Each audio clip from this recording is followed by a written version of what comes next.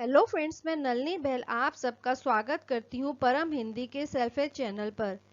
इस चैनल पर मैं आपके लिए सेल्फ हेल्प से रिलेटेड वीडियोस लेकर आती रहती हूँ। फ्रेंड्स, परम हिंदी सेल्फ हेल्प में अभी तक मैं आपके लिए हेल्थ और मेंटल हेल्थ से रिलेटेड वीडियोस लेकर आई हूँ। हेल्थ से रिलेटेड वीडियोस को आप मिलर टर्म के अंतर्गत प्राप्त कर रहे हैं, तो वहीं मेंटल हेल्थ से रिलेटेड वीडियोस को आप कविता, कहानी और उपन्यास हेडिंग के अंतर्गत प्राप्त कर रहे हैं। पर कहीं ना कहीं मैं महसूस कर रही थी कि एक व्यक्ति की सेल्फ हेल्प बिना आध्यात्मिक प्रगति के संभव नहीं हो सकती। इसलिए मैंने निश्चय किया कि क्यों ना आध्यात्मिक स्वास्थ्य के लिए अध्यात्म जगत से जुड़ी पुस्तकों की ऑडियो तैयार की जाए, ताकि जो व्यक्ति अपनी आध्यात्मिक प्रगति चाहता है वह इन ऑडियो को सुनकर अपनी आध्यात्मिक जिज्ञासाओं को शांत कर सके। इसलिए मैंने इस चैनल पर सेल्फ हेल्प टर्म के अंडर ही आध्यात्मिक यात्रा यानी स्पिरिचुअल जर्नी नामक डोमेन को आरंभ करने का निश्चय किया। इस स्पिरिचुअल जर्नी को आरंभ करने के लिए मुझे सत्य साईं बाबा की एक अनन्य भक्ति ने श्री सत्य साईं बाबा की पावन जीवन गाथा पर आधारित पुस्तक तपोवनम की हिंदी ऑडियो तैयार करने का आग्रह किया। इसलिए मैंने इस आध्यात्मिक यात्रा को इसी पुस्तक से आरंभ करने का निश्चय किया। मैं आशा करती हूँ कि श्री सत्य साईं बाबा अपना आशीष से भरा हाथ मुझ पर और इस पुस्तक को सुनने वाले सभी साईं भक्तों पर सदा बनाए रखेंगे। तो चलिए अपनी यात्रा आरंभ करें। तपोवनम, पहला दिन। भगवान श्री सत्य साईं बाबा की पावन जीवन गाथा, नित्य पारायण ग्रंथ। लेखक शांति श्री जंध्याला वेंकटेश्वर शास्त्री। हिंदी रूपांतर राजेंद्र भंडारी और जंध्याला तिलक। पहला दिन, गुरुवार। तपोवन प्रवेश। तुम मुझे देख नहीं सकते हो, पर मैं वो ज्योति हूँ जिसके द्वारा तुम देखते हो।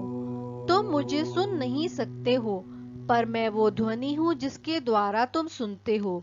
तुम मुझे जान नहीं सकते हो, पर मैं वो सत्य हूँ जिसके द्वारा तुम जीते हो। बाबा। इस पवित्र पुस्तक तपोवनम का पारायण परम करने से पूर्व मैं इस ब्रह्मांड नायक भगवान श्री सत्य साईं बाबा के चरणों में सादर प्रणाम करता हूँ। भगवान बाबा अखिल ब्रह्मांड के स्वामी, दीनहीन के संरक्षक और सच्चित आनंद पार ब्रह्म की जीवांत मूर्ति हैं। सारा संसार साईं से सरोबोर है।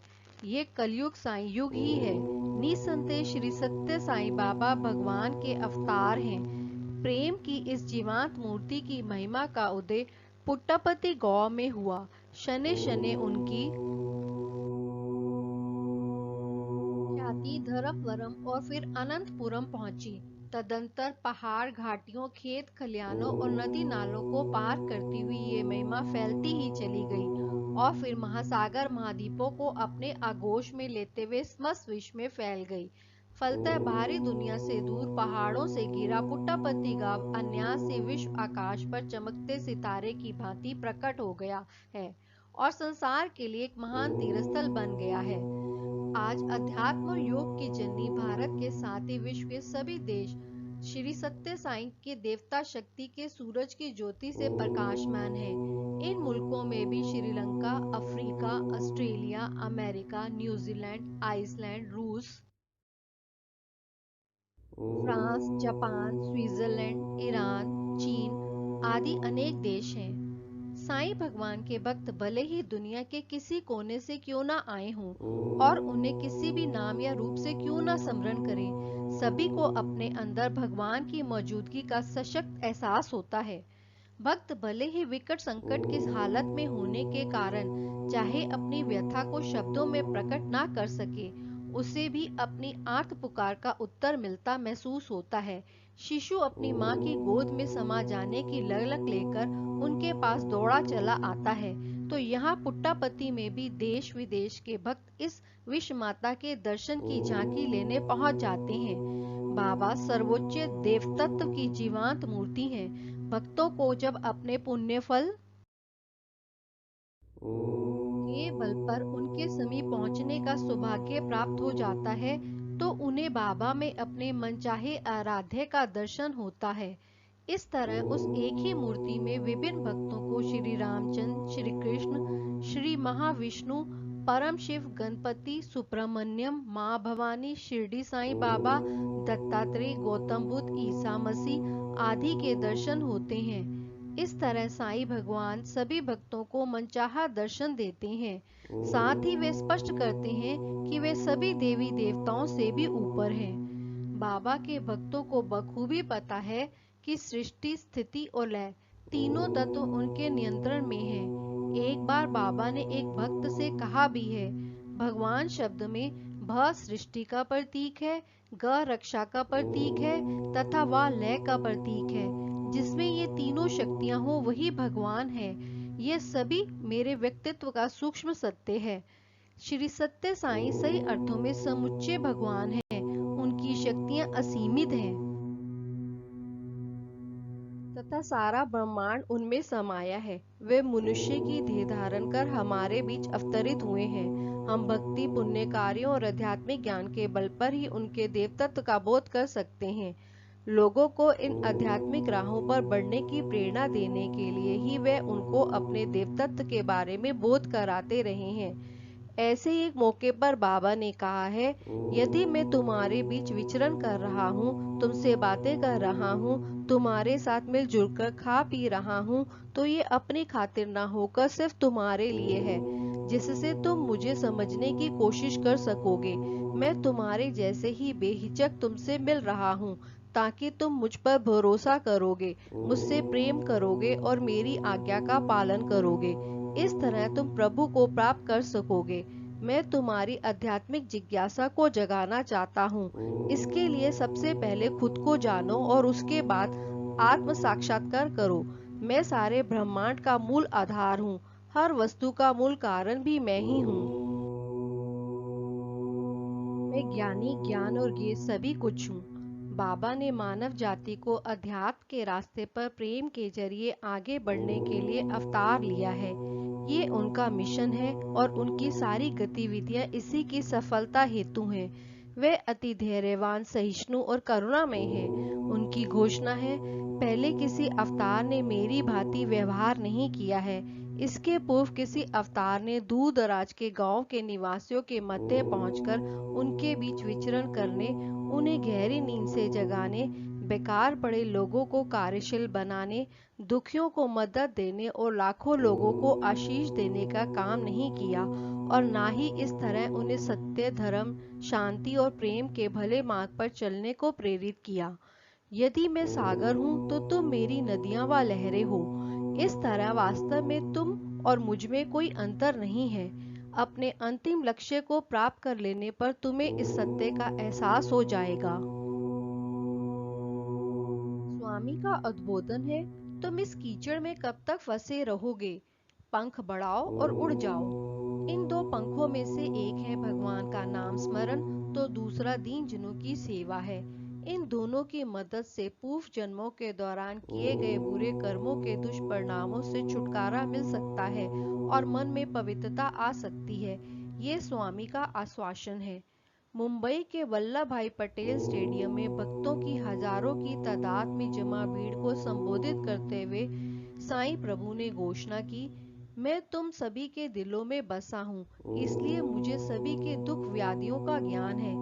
ये साईं ऊर्जा हर प्राणी में प्रवाहित है, ठीक जैसे विद्युत की धारा हर बल्ब में मौजूद है। मैं सभी हृदयों का प्रकाशपुंज और जीवन शक्ति हूँ।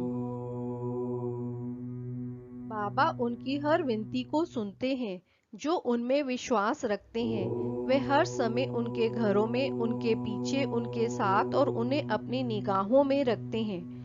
पुट्टापत्ती में प्रशांति निलयम से विश्वविद्यालय को जाने वाले मार्ग में चढ़ाई पर एक बरगद का पेड़ है, लेकिन इसको साधारण वृक्ष न समझा जाए। ये ध्यान वृक्ष एवं तपो वृक्ष है। 29 जून 1959 आषाढ़ पूर्णिमा के दिन भगवान बाबा ने एक 15 बाई 10 आकार का ताम्र सज्जित किया, जिस पर अत्यंत आध्यात्मिक महत्व के बीज और अक्षर मौजूद थे।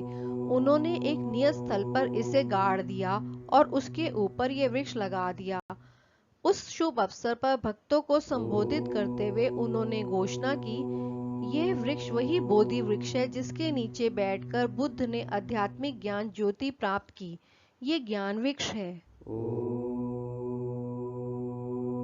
भगवान श्री कृष्ण को वटपत्र शाही कहा जाता है, जिसका अर्थ है बरगद के पत्ते पर सोने वाला, क्योंकि महाप्रलय के समय जब सारी सृष्टि का लोप हो रहा था तो वह बाल कृष्ण का लघु रूप धारण कर बरगद के पत्ते पर तैरने लगे। भगवत गीता में उन्होंने इसी वृक्ष का जिक्र किया है। साधक यदि इस वृक्ष तले बैठकर ध्यान अथवा अन्य आध्यात्मिक साधनाएं करे तो उनकी मनोकामनाएं पूरी होंगी, उनके प्रयत्न सफल होंगे और वे इंद्रियों को वश में करके स्थिर चित्त होंगे। इस वट वृक्ष को लगाने के कारण ही साधक अनुग्रह वट वृक्ष प्रतिष्ठिकाय नमः नाम से भी भगवान श्री सत्य साई की पूजा की जाती है।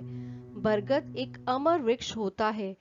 एक तो ये वैसे ही आकार में काफी बड़ा होता है और यह अपनी शाखाओं से लंबी लंबी जड़ें फेंकता है जो धरती पर पहुंचकर दूसरे वृक्ष का रूप धारण कर लेती हैं। अतः एक ही बरगद के पेड़ से दूसरे कई बरगद पैदा हो जाते हैं और काफी बड़े क्षेत्र में फैल जाते हैं। इस तरह बरगद प्राणियों को शरण और छाया प्रदान करता है।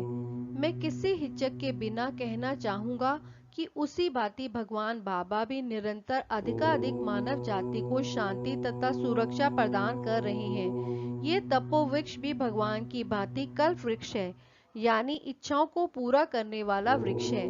भगवान बाबा के चरणों में आकर इकट्ठा होने वाले अनेक भक्तों में कुछ तो जिंदगी के उतार चढ़ाव से परेशान होकर आते हैं तो कुछ आध्यात्मिक प्यास को बुझाने भी आते हैं। शेष में से कुछ को तो किसी बात की उत्कंठ अभिलाषा होती है और कुछ आध्यात्मिक पथ पर तो बढ़ चले हैं, लेकिन इस रफ्तार में और तेजी लाने की खातिर स्वामी के चरणों में पहुंच जाते हैं।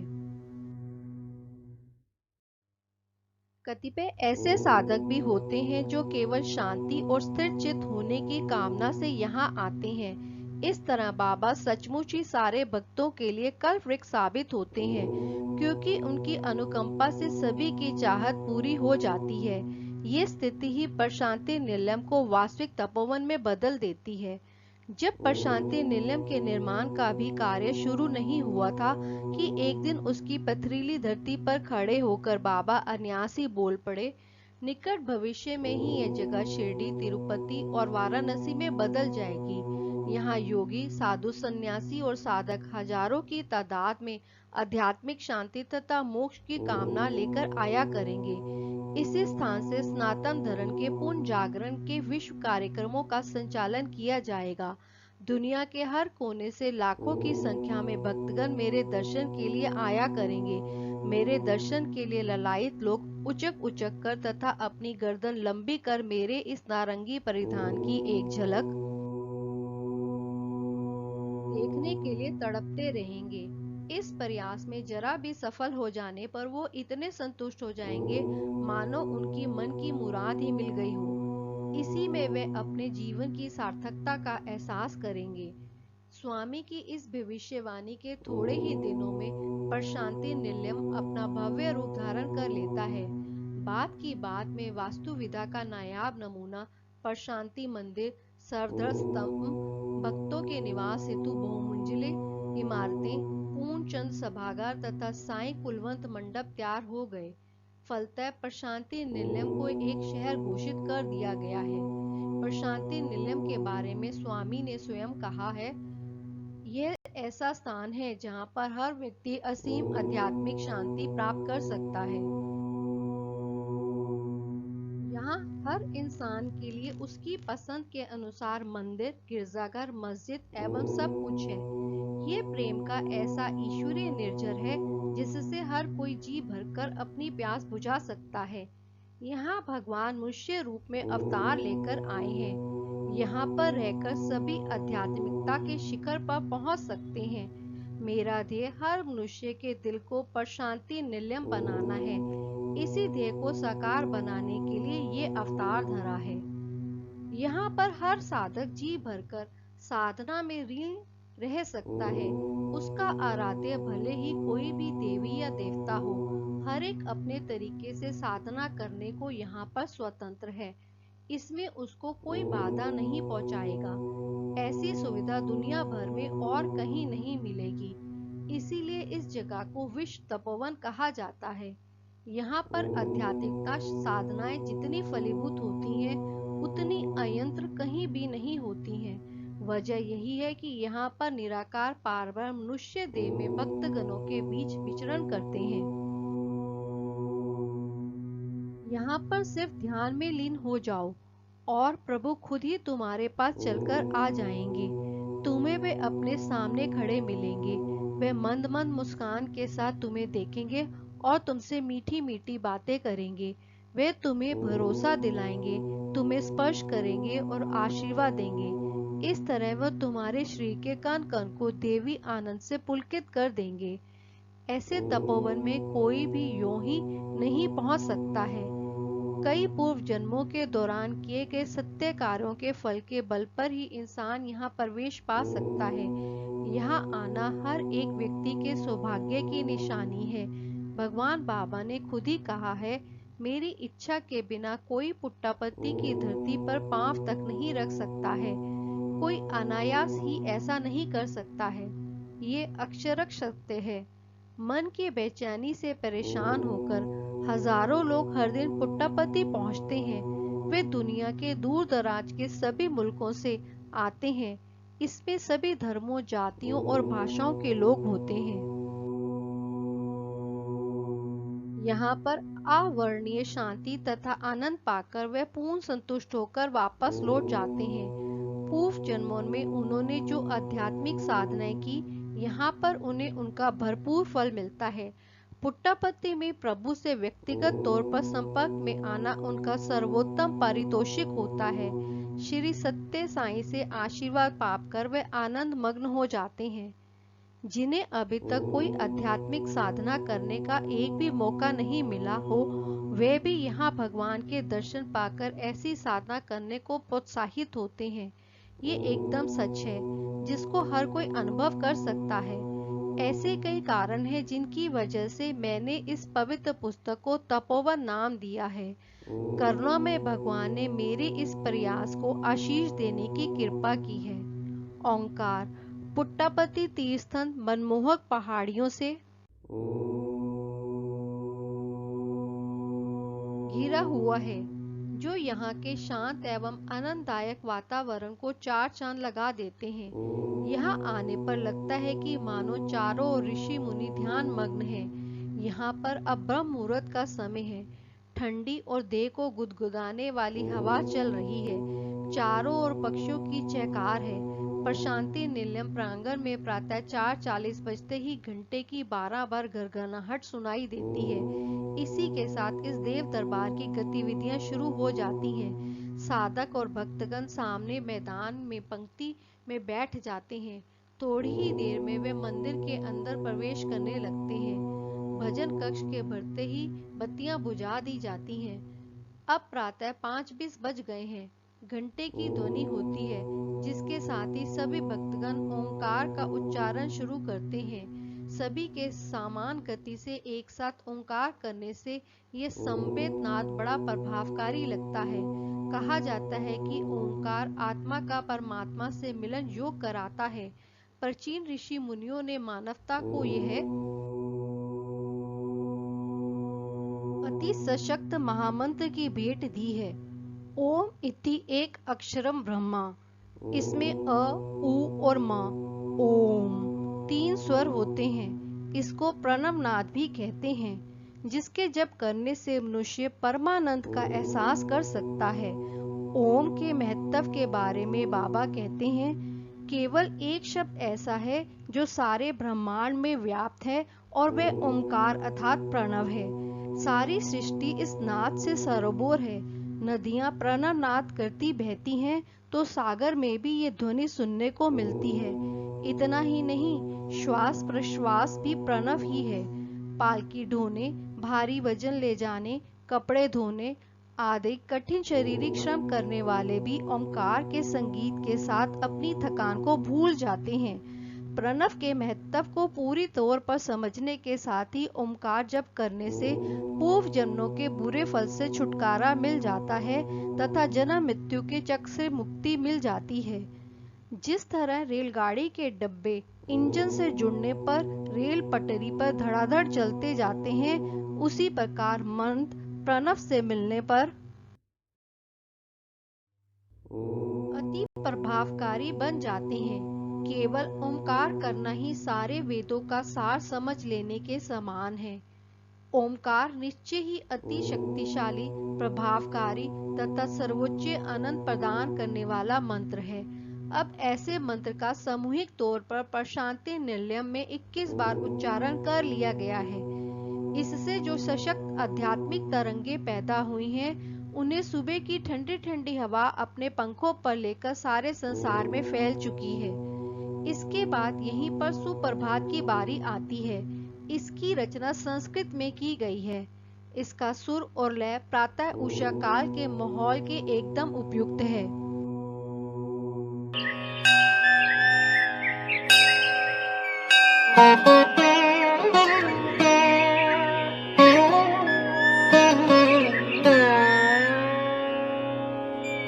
ईश्वराम्बा सुतः श्रीमन् पूर्वा सन्ध्या प्रवर्तते उत्तिष्ठ सत्यसाईशा कर्तव्यं दैवमाह्निकम् उत्तिष्ठोत्तिष्ठ पर्तीश उत्तिष्ठ जगतीपते उत्तिष्ठ करुणापूर्णा लोकमङ्गलसिद्धये चित्रावती तटविशाल सुशान्तसौधे तिष्ठन्ति सेवकजनास्तव दर्शनार्थम् आदित्यकान्तिरनुभाति समस्तलोकान् श्री सत्यसाई भगवन् तव सुप्रभातम्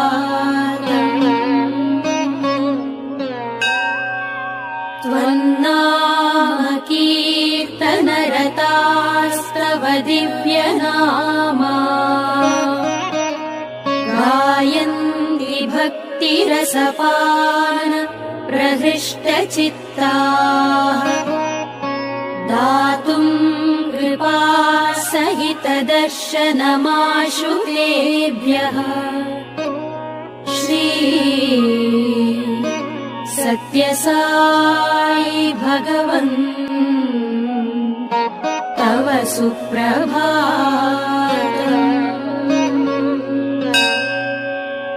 आदाय दिव्यकुसुमानि मनोहराणि श्रीपादपूजनविधिं भवदङ्घ्रिमूले कर्तुं महोत्सुकतया प्रविशन्ति भक्ताः श्री सत्यसाई भगवन् तव सुप्रभातम्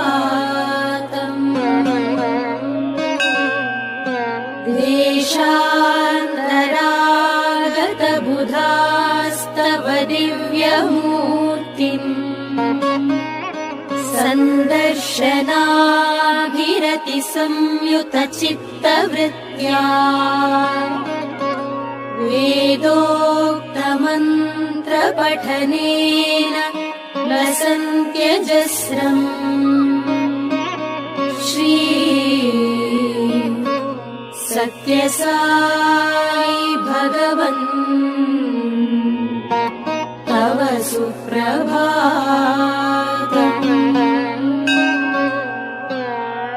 श्रुत्वा तवाद्भुतचरित्रमखण्डकीर्तिम् व्याप्तां दिगन्तरविशाल धरातलेऽस्मिन्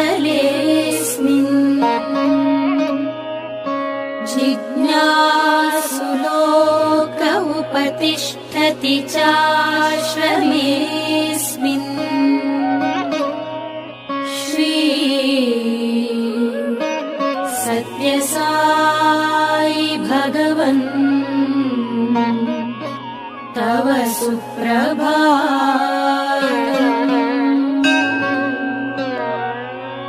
सीता सती समविशुद्ध हृदम्बुजाता बह्वङ्गनाः करगृहीत सुपुष्पहाराः स्तुन्वन्ति दिव्यनुतिभिः फणिभूषणम् त्वाम्।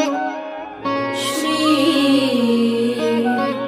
सत्यसाई भगवन् तव सुप्रभातम्।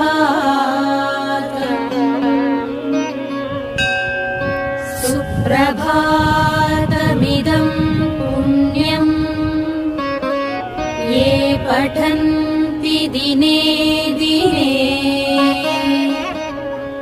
ते विशन्ति परं धाम ज्ञानविज्ञानशोभिताः। मङ्गलम् गुरुदेवाय मङ्गलम् ज्ञानदायिने मङ्गलम् पर्तिवासाय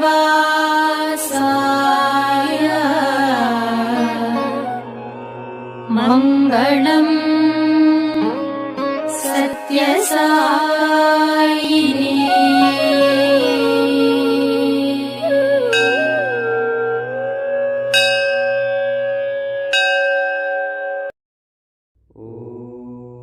आध्यात्मिक दृष्टि से सुप्रभातम के द्वारा प्रभु को उनके भक्तों की मनोकामनाओं से अवगत कराया जाता है। इसके साथ ही इसके द्वारा व्यक्ति को यह एहसास होता है कि प्रभु उसके अंतर्वासी हैं। प्रभु निरंतर जागृत रहकर सारी सृष्टि में चलने वाले घटनाक्रम के सनातन साक्षी हैं। ऐसी हालत में मनुष्य द्वारा उन्हें जगाने की कोशिश करना तथा उन्हें सुप्रभातम सुनाना अचरज भरा लगता है। नींद को जो जानते भी नहीं हैं और सदैव जागृत रहते हैं, उन्हें जगाने का सवाल ही कैसे पैदा होता है। फिर प्रश्न उठता है कि ये सुप्रभातम क्या है तथा किसके लिए है। वास्तव में इस संगीत में साधना का असली लक्ष्य हमारे अंदर विवेक तथा चेतना को जगाना है। इसका आंतरिक अर्थ हमको नींद से जगाकर ये स्मरण कराना है कि भगवान सबके हृदय में बसते हैं। इससे हमारे ज्ञान अग्नि को प्रज्वलित करने की कोशिश की जाती है। यहाँ पर एक सत्य घटना प्रस्तुत है। प्रशांति निलयम में शिवरात्रि का अवसर था।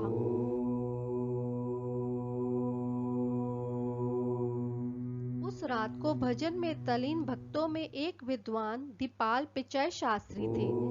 यकायक इनके दिमाग में एक विचार आया, मैं सोते हुए श्री सत्य साईं के मुख चंद की मनोहर छटा देखना चाहूंगा।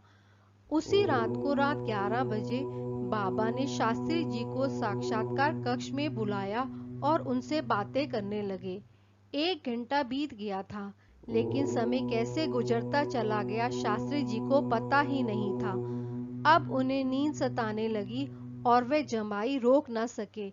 इस पर स्वामी ने उनसे पूछा, शास्त्री तुम तो मुझे सोते हुए देखना चाहते थे, परंतु तुम तो खुद ही सोने लगे हो। शास्त्री जी एकदम चौंक पड़े। स्वामी को उनके अंतर मन में प्रकट विचार का बोध कैसे हो गया। तब बाबा ने अत्यंत शांत और गंभीर मुद्रा में कहा, शास्त्री, यदि मैं सो जाऊं तो क्या तुम फिर कभी जाग सकोगे? शास्त्री जी दंग रह गए। भगवान हमेशा जागते रहते हैं तथा हरदम किसी न किसी गतिविधियों में मशगूल रहते हैं। हमें इस तथ्य को सदा ध्यान में रखना चाहिए। नगर संकीर्तन।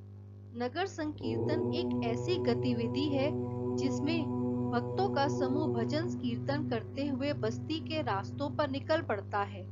वे बड़े भाव विभोर होकर भजन गीत गाते चलते हैं।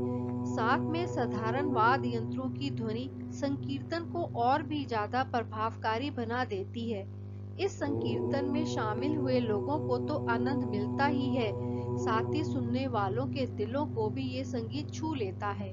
सुबह की मंद मंद बहती बयार के साथ चिड़ियों के कलरव में प्रशांति निलयम मंदिर के चारों ओर भक्तों का संकीर्तन करते चलना अवश्य ही अविस्मरणीय अनुभव होता है। नगर संकीर्तन में प्रथम अंश वेद उच्चारण है। वेद के संस्कृत श्लोकों का उच्चारण करते हुए वेद पंडित मंदिर की परिक्रमा करते हैं। इसके पश्चात पहले औरतें और उनके बाद पुरुष भक्त नगर संकीर्तन में भाग लेते हैं। नगर संकीर्तन प्रशांति निलयम आश्रम के गणेश द्वार पर भगवान श्री गणेश के दर्शन से प्रारंभ होता है तथा मंदिर परिसर की परिक्रमा के बाद यहीं पर समाप्त हो जाता है। नर नारी भक्तगण पंक्ति बनाकर प्रभु के भजन गाते चलते हैं।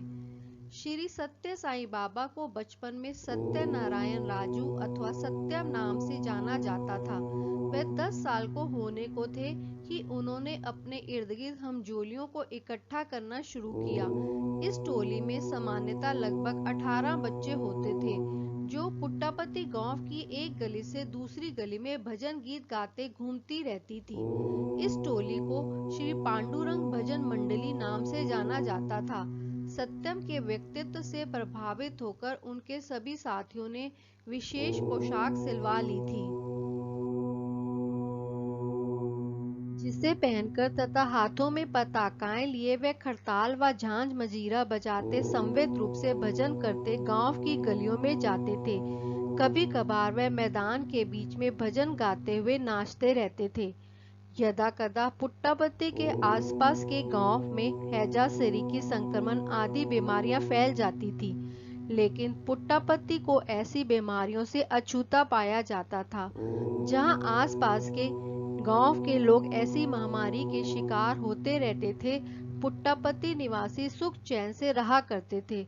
उन्हें लगता था कि सत्यम की भजन मंडली की बदौलत ही उनकी यह खुशहाली थी। इस तरह आस पड़ोस के गांव में सत्यम की भजन मंडली को आमंत्रित किया जाने लगा। इससे उन्होंने पाया कि इन महामारियों से उनकी रक्षा भी हो रही थी। उन दिनों में भजन मंडली के रूप में सत्यम द्वारा बोया गया यह बीज ही श्री सत्य साईं सेवा समितियों और नगर संकीर्तन वृंद रूपी विशाल वृक्षों का रूप धारण कर चुका है, जिसकी शाखाएं दुनिया के कोने-कोने में आज मौजूद हैं। सुदर्शन। नगर संकीर्तन पूरा हो जाने पर अब दर्शन का समय है, जब सभागार में उपस्थित सभी भक्त भगवान के दिव्य दर्शन पाएंगे। इसके लिए उत्सुक भक्तगण मंडप में इकट्ठे हो रहे हैं, जहां वे सभी एक पंक्ति बनाकर एक के बाद एक प्रवेश कर रहे हैं और पूरे अनुशासन के साथ बैठ रहे हैं। इस बीच मंदिर के पुरोहित प्रशांति निलयम आश्रम के प्रवेश द्वार के पास भगवान गणेश और भगवान कार्तिकेय की मंदिरों में पूजा कर चुके होते हैं। दोनों देवताओं को पवित्र जल से स्नान कराकर सजाया जाता है और पूजा के बाद आरती उतारी जाती है। प्रातः काल के उन पलों में सारा आश्रम वेद मंत्रों के गायन से गुंजायमान हो जाता है। अब समय प्रातः 7 बजे है। सभी मानव जाति के रक्षक साक्षात भगवान के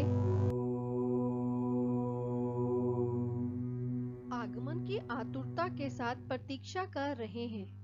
इन उत्सुक भक्तगणों में देश विदेश से आए विभिन्न धर्मों के लोग हैं, परंतु यहाँ सभी अपनी अनेकता को भूलकर एक साथ इकट्ठे बैठे हैं।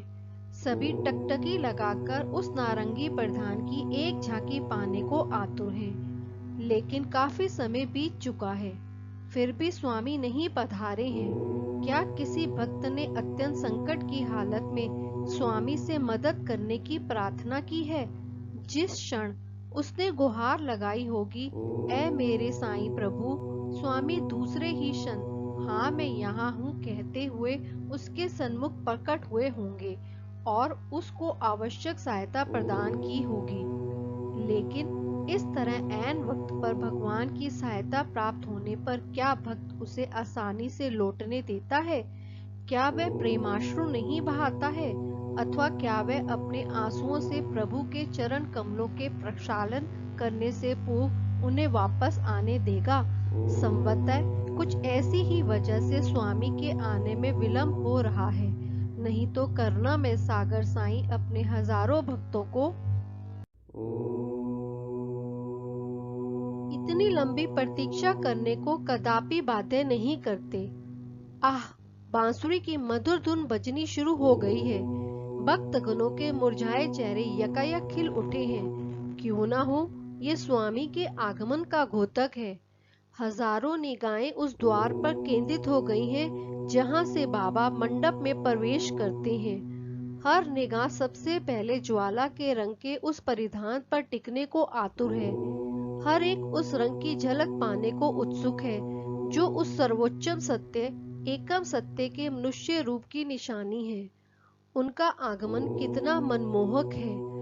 आखिरकार उस एक ही छवि में महिमा, दया, करुणा, सरीखे सद्गुणों ने मनुष्य का आकार जो धारण कर लिया है। किसी पर टकटकी लगाकर देखकर तो किसी की ओर मुस्कुराकर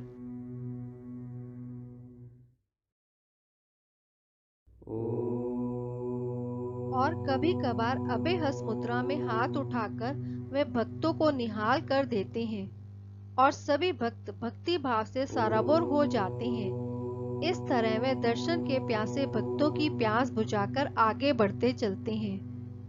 अब करुणा सागर भगवान भक्तों की चिट्ठियां स्वीकार कर रहे हैं, तो किसी को पाद नमस्कार का अवसर देकर गदगद करते हैं और किसी को आश्वासन देकर उसकी चिंता का निवारण करते हैं। कभी कभार विभूति सृजित कर वे जरूरतमंदों को दे देते हैं, तो कभी स्पर्श का आशीष देते हैं और कभी आशीष में हाथ उठा देते हैं। ये सारा दृश्य आकर्षक एवं अवर्णनीय है, जिसे देखने को देवता भी तरसते होंगे। कुछ विद्वानों ने स्वामी को मौन व्याख्या प्रकटित पारब्रह्म तत्वम, मौन के जरिए प्रकट होने वाले पारब्रह्म कहकर पुकारा है। स्वामी के एक शब्द कहे बिना ही भक्त को लगता है कि उसकी सारी शंकाओं का समाधान हो गया है। स्वामी पर दृष्टि पड़ते ही उसकी सारी चिंताएं दूर हो जाती हैं और देह का कण कण शांति, करुणा और मधुर भावनाओं से पुलकित हो जाता है। यहाँ पर जमा सभी भक्तों की एक जैसी भावनाएं हैं। मैं स्वामी को देखने की लालसा में कितने दिन और साल बिता चुका हूँ। अंततः ये करुणा सागर भगवान साक्षात मेरे नजदीक चले आ रहे हैं। अब वे पास ही आ गए हैं। इन अलौकिक क्षणों को मैं पूरी तौर पर अपने नैनों की प्यास बुझाने हेतु क्यों ना इस्तेमाल कर दूं। मेरी खुशी के आंसू इस दिव्य दर्शन में कहीं बाधा ना खड़ी कर दें। उनके पवित्र दर्शन पाने के लिए मेरा मन कितने लंबे समय से आतुर एवं अशांत रहा है। अब वह चिर प्रतीक्षित क्षण आ ही पहुंचा है। सौंदर्य की साकार मूर्ति प्रभु पास ही खड़े हैं। मेरा मन इस मधुर क्षण का भरपूर आनंद ले। मेरा शरीर तो प्रतीक्षा करते करते स्पर्श का एहसास तक भूल गया है। अब तो वे दिव्य चरण कमल पास ही हैं, इतने समीप कि मैं उनका स्पर्श कर सकूं। इस मौके का फायदा उठाकर मेरा शरीर क्यों ना उन्हें स्पर्श करे, जिससे इस शरीर में पुनः जीवन संचार हो और उनको पुनः स्पर्श बोध हो सके। लेकिन पता नहीं क्यों इस मौके पर मेरा मन निगाहें दे और यहाँ तक कि जीभ भी मेरे वश में नहीं रह गई है। मेरे प्रेमाश्रु निगाहों को धुंधला बना दे रहे हैं। जीवा से कोई शब्द नहीं निकल पा रहा है और शरीर तो अपनी सुध-बुध ही बुलाए बैठा है। सब खुशी के मारे अपना होश गंवा चुके हैं। ये साईं के व्यक्तित्व की महिमा की बानगी है। बाबा पर निगाहें टिकते ही हमें उनके देवत्व का स्पष्ट बोध होने लगता है। इस देवत्व के बारे में एक बार उन्होंने कहा, मैंने स्वयं अपने कौतुक के लिए इस समस्त ब्रह्मांड को साकार करने का संकल्प लिया। इसके पूर्व मुझे जानने वाला कोई नहीं था। मेरी इच्छा पर से ही ऊंचे पर्वत आकार में आ गए, नदियां बहने लगी, नीचे धरती और ऊपर आकाश अस्तित्व में आ गए, सागरों की लहरें गर्जन करने लगी, सूर्य, चांद, रेगिस्तान और सब कुछ साकार हो गया, जिससे मेरी मौजूदगी उजागर हो सके। इंसान, पशु, पखेरु सभी प्राणी बोलने, सुनने और हरकतें करने लगे। उन सभी में मनुष्य को सर्वोच्च स्थान दिया गया। मैंने उसके मस्तिष्क को अपने विशिष्ट ज्ञान से भर दिया। ये कितना महत्वपूर्ण उद्घाटन है। इन शब्दों पर चिंतन हमें अवश्य ही आध्यात्मिकता की ऊंचाइयों पर पहुंचा देगा। दर्शन हेतु एकत्रित भक्तों को इस तरह मंत्रमुग्ध कर देने के बाद स्वामी मंदिर के बरामदे की तरफ रुख कर लेते हैं, जहां विद्यार्थी एवं अध्यापक लोग पंक्तिबद्ध होकर बैठे होते हैं। स्वामी हर सुबह अपने भक्तों को दर्शन देते हैं। इसमें कभी कभार हमें आत्मग्लानि सी होने लगती है कि हम उन्हें कितना कष्ट दिए जा रहे हैं।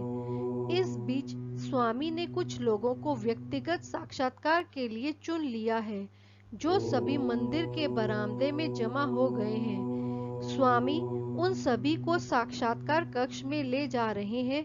इसके बाद ही सुबह की दर्शन सभा समाप्त हो जाती है। देवलोक निवासी भी मेरे दर्शन की प्रतीक्षा में रहते हैं। भगवान के दर्शन से भक्त गणों के मन प्रफुल्लित और गदगद हैं। अभी तक हमारी आंखों के सामने जो देवी दृश्य था तथा आंखें स्वामी के जिस चित्ताकर्षक रूप पर केंद्रित थी, अब हम अपनी आंखें मूंदे और उन पर चिंतन में लीन हो जाएं। इस बारे में बाबा के द्वारा किया गया एक रहस्य उद्घाटन उन्हीं के शब्दों में इस प्रकार है। मेरे दर्शन रूपी आशीष के बाद किसी एकांत स्थान में जाकर शांत चित्त होकर बैठ जाओ। मन की चंचलता त्याग कर एकाग्र भाव में चले जाओ। उस स्थिति में पहुंचकर मेरे स्वरूप पर ध्यान केंद्रित रखो तथा मेरे दर्शन प्राप्त करने को अपना सौभाग्य समझो। तभी जाकर तुम्हें मेरे दर्शन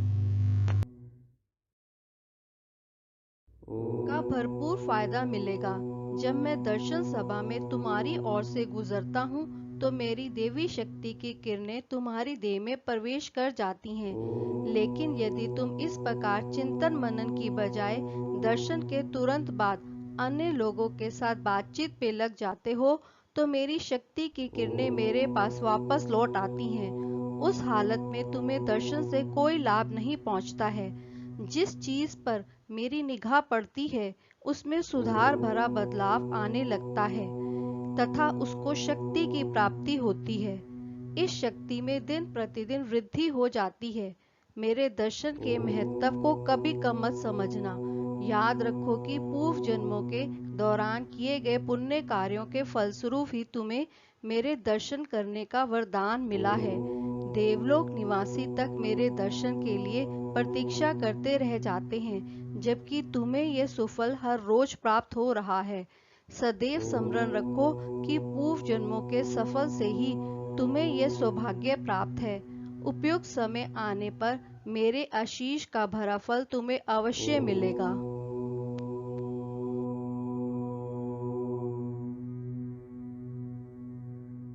कितना सुंदर आश्वासन है। देवलोक के निवासी भी मेरे दर्शन की प्रतीक्षा में रहते हैं। इन शब्दों से कुछ आश्चर्यजनक घटनाएं स्मरण हो आती हैं। पेदू बोट्टू अम्बा का अलौकिक अनुभव।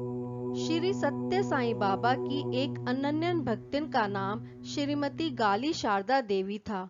उन्होंने अपने जीवन के कई साल बाबा के पास बिताए। पहले वो शिरडी साईं बाबा की भक्तिन थी और उनके मनुष्य शरीरी जीवन के अंतिम दिनों में उन्हीं के आश्रम में रहती थी।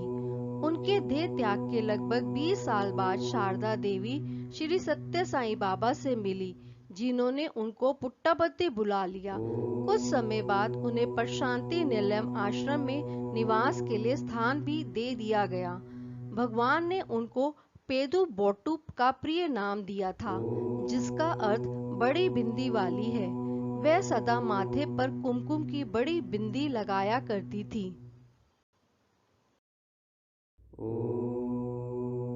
एक बार वह तपोवृक्ष के नीचे बैठी ध्यान मग्न थी। अभी अंधेरा नहीं हुआ था। यकायक उनकी आंखें खुली तो उन्होंने जो दृश्य देखा उस पर एक बार आगे विश्वास न कर पाई। देवलोक की कुछ सुंदरियां आकाश मार्ग से प्रशांति मंदिर के ऊपर चल रही थी। पहाड़ों के ऊपर पूर्व दिशा की ओर वे बढ़ रही थी तो चारों ओर प्रकाश बिखेर रही थी। फूल मालाओं से सुसज्जित ये सुंदरियां चलने की बजाय आकाश में तैरती जा रही थी।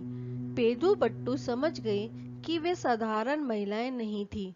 उनके चलने के साथ ही सुरीले वाद्यों की आवाज साफ सुनाई दे रही थी। इस दृश्य को देखकर वह ताज्जुब में थी।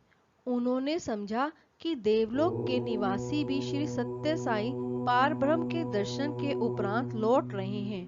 पेदू बट्टू योगिनी थी, इसलिए भगवान बाबा ने उन्हें यह रोमांचकारी दृश्य दिखाया था। कुछ देर बाद वह नीचे उतरकर मंदिर में आई। उन्होंने भजन कक्ष का द्वार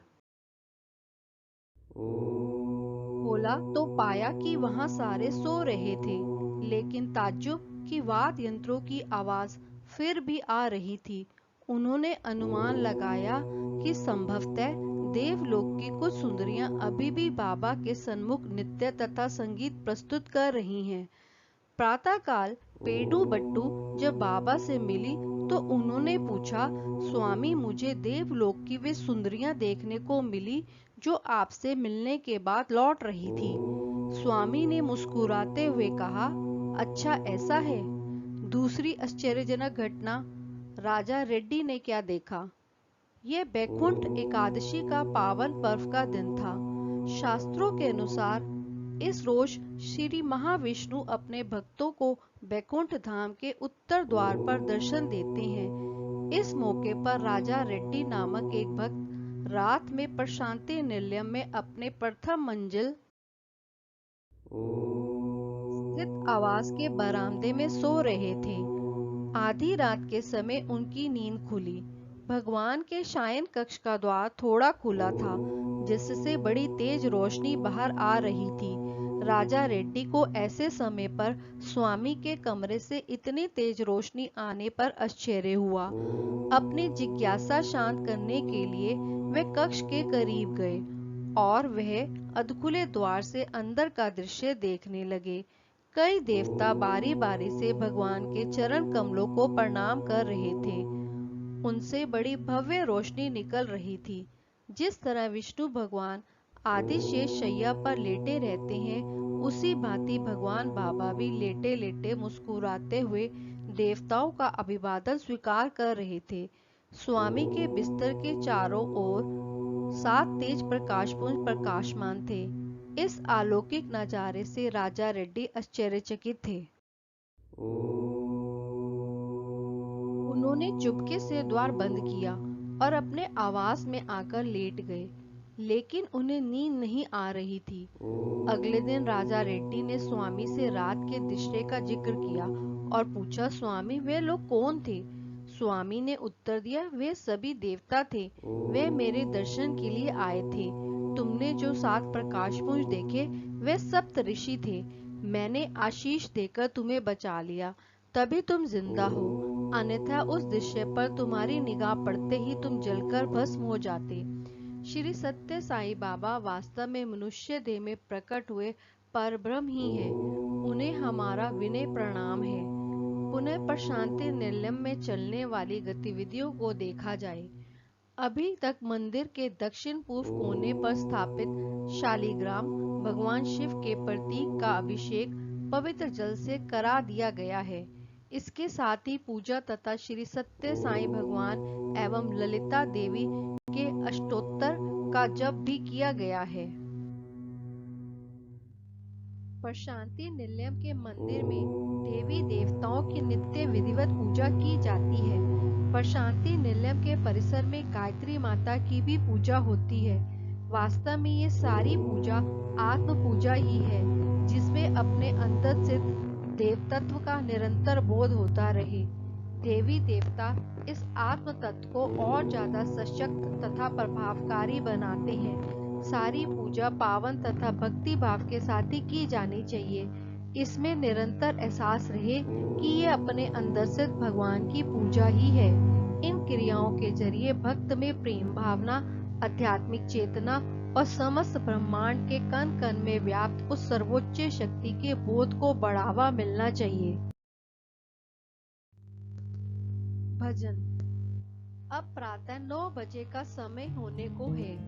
मंदिर में भजन शुरू हो गए हैं। भगवान मंद मंद मुस्कान के साथ भजन कक्ष में प्रवेश कर अपना आसन ग्रहण कर रहे हैं। भजन के चलते वे बड़े शालीन ढंग से भजन की लय पर अपने हाथों को हिलाते जाते हैं। इस दौरान वे अपनी उंगलियों को ऐसे हिलाते हैं मानो वे हवा में कुछ लिख रहे हों। यदा कदा जब वे मुस्कुराते हैं तो भक्तगण प्रफुल्लित हो जाते हैं। वे आकाश में क्या लिख रहे हैं? लिखते हुए वे मुस्कुराते क्यों हैं? इस बीच उनके मन में क्या विचार आ रहे हैं? ये सब अति रहस्यपूर्ण लगता है। इस बारे में उनका कथन याद आता है। तुम सभी ने देखा होगा कि भजन कक्ष में जब मैं अपने आसन पर बैठा होता हूँ तो यदा कदा मैं मुस्कुरा देता हूँ, मानो मैं किसी से बातें कर रहा हूँ। मैं अपनी उंगलियों को ऐसे हिलाता रहता हूँ कि जैसे मैं हवा में कुछ लिख रहा हूँ। इसकी वजह यही है कि वास्तव में उस समय मैं ऐसे लोगों से बातें करता हूँ या उनके संपर्क में रहता हूँ जिन्हें तुम देख नहीं सकते हो। मैं हर समय अपनी सहायता चाहने वालों की मदद करता रहता हूँ, लेकिन ऐसी बातों का मैं प्रचार नहीं चाहता। क्या कोई बाप अपने बेटे को दी गई प्यार भरी सहायता का बखान दूसरों से करता फिरता है? भजन कार्यक्रमों में राम, कृष्ण, बुद्ध, ईसा मसीह, साईं, अल्लाह आदि के प्रति भक्ति गीत होते हैं। सचमुच ही ये मधुर सवधर्म संकीर्तन है। गायक खुले दिल से गाते हैं, जबकि विभिन्न वाद उनका साथ देते रहते हैं। प्रशांति मंदिर में गाए जाने वाले इन भजनों में गहन भक्ति भाव में पूरी तौर पर मग्न होकर आनंद में डूब जाने वालों में संभवतः श्री साईं भगवान भी होंगे। भगवान को इस भक्ति भाव तरंग में एकदम आनंद से साराबोर देखना अपने में एक अतीव अनुभव है। ऐसा अनुभव जिसको भक्त आसानी से ना भुला पाएंगे। स्वामी ने एक बार भजन के आध्यात्मिक महत्व को एक उपमान देकर इन शब्दों में स्पष्ट किया। जब तुम पेड़ के नीचे जमा होकर आवाज करने लगते हो तो पेड़ पर बैठी चिड़ियाएं फुर्र से उड़ जाती हैं। उसी तरह ये मनुष्य जीवन भी वृक्ष की भांति है, जिस पर अनेक किस्म के पखेरु बैठकर शोर मचाते रहते हैं। ये पक्षी काम, क्रोध, लोभ, मोह, मद और मात्सर्य के षड्रूपी हैं। वे सब मिलकर जो कलरव मचाते हैं, उससे शांति गायब हो जाती है तथा मन स्थिर चित नहीं रह पाता है। यदि तुम खुले दिल से राम, कृष्ण, गोविंद, नारायण आदि नाम लेते हो तो ये चिड़ियां भाग जाएंगी, जिससे तुम शांत और पवित्र चित्त होकर रह सकोगे। बाबा द्वारा इतनी खूबसूरती के साथ सुझाए गए भजन के महत्व को हम समझें और इस प्रकार भजन का उपयोग अपनी आध्यात्मिक तरक्की के लिए करें। हम निरंतर एहसास करें कि प्रभु हमारे हृदय वासी हैं।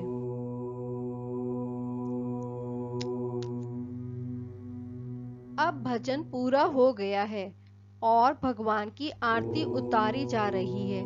तदंतर वे अपने कक्ष की ओर बढ़ रहे हैं। ये प्रशांति निलयम में दोपहर से पहले की गतिविधियों का वर्णन है।